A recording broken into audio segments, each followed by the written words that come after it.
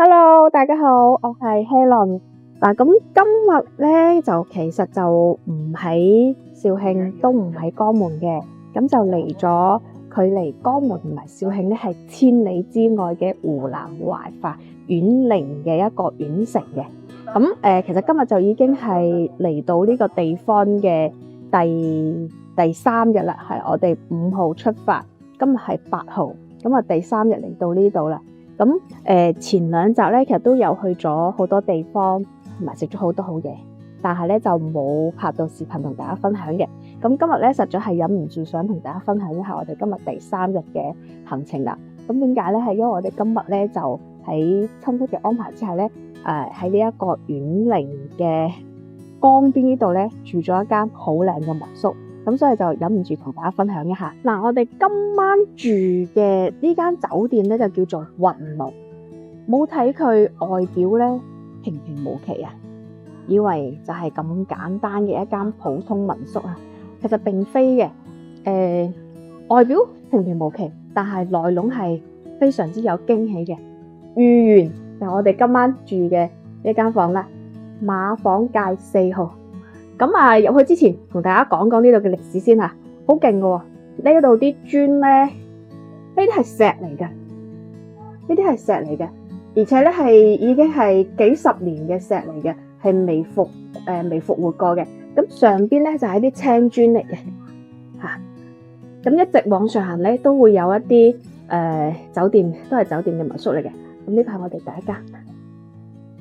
哇！呢個門都好有歷史。跟住呢個鎖有冇見過？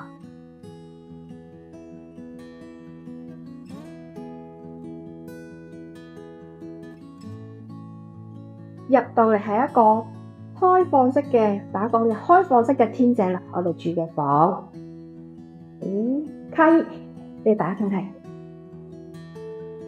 靚唔靚啊？好靚嘅。中央空調，呢度會有一個大嘅 sofa，咁酒店亦都係好貼心咁準備咗一啲水果同埋啲糕點咧，急就俾我哋食咗2個啦。叮叮叮叮，跟住呢度有一條好得意嘅，大家估下呢個係咩？呢條就係剛才開門嘅鎖啦，鎖匙開嗰個銅門嘅嗰個鎖嘅鎖匙啦，見過未？Helen 都係第一次見嘅。咁然後嘅話咧，呢一張係一張大床嘅。咁佢呢度嘅風格咧，全部都係一個古色古香嘅風格嚟㗎。嚟啊！咁啊，包括衣櫃都係即古香嘅。呢邊咧就係洗手間啦，俾大家參觀一下啦。有一個浴缸，跟住係乾濕分區啦，同埋都好大㗎。呢個就係第一間房啦。哇！呢個男嘅就係 Jerry。呢邊咧，就會係啲套間啦。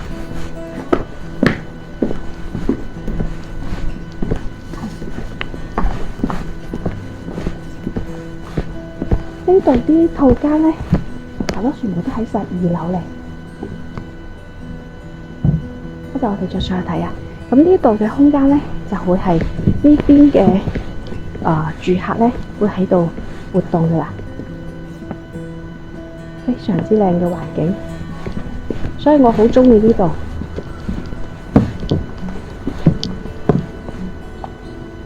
好嘛？所有嘅建築咧都係青磚同埋啲瓦。再去2樓睇睇啊 ，Jerry。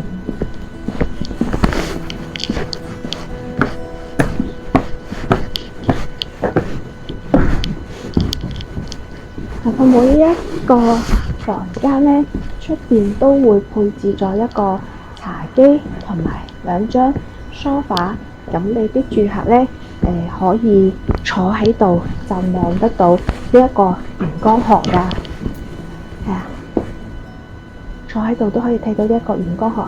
咁晚上嘅燈光咧係非常非常之靚嘅。喺度住，除咗空氣好之外，成個人嘅心情都會寧靜翻㗎。咁呢度有一個2層嘅院子喎，呢間都係民宿嚟㗎。咁住呢一間院子嘅話咧，呢個有個庭咧，就係可以用㗎啦。如果夏天嘅話，我諗應該會更加多人中意住呢度啦。係一樣有房間嘅。咁呢個係上2樓，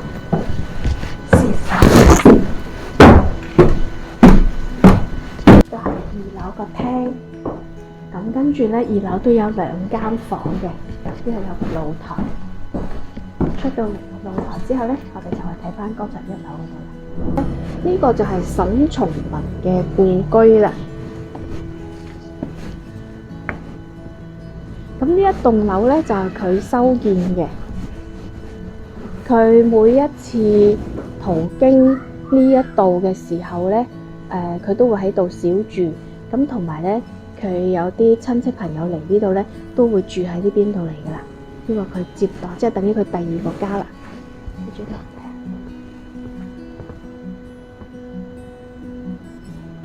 睇，仲有呢個復聖號啦，都係用佢哋嘅名人嚟命名嘅。咁遊船嗰時候咧就好勁噶啦，一河兩岸啊，新舊區係分隔咗，孖啲燈光亦都係非常非常之靚嘅。大家過嚟嘅話，其實可以遊一下，值得一遊噶，因為個票價都唔係好貴。好啦，咁各位朋友，咁今日嘅視頻咧就分享到呢度啦。咁如果大家喜歡嘅話咧，記得俾翻個 like 小心心俾希倫啦。下一期再見啦，祝大家新年快樂，身體健康，拜拜。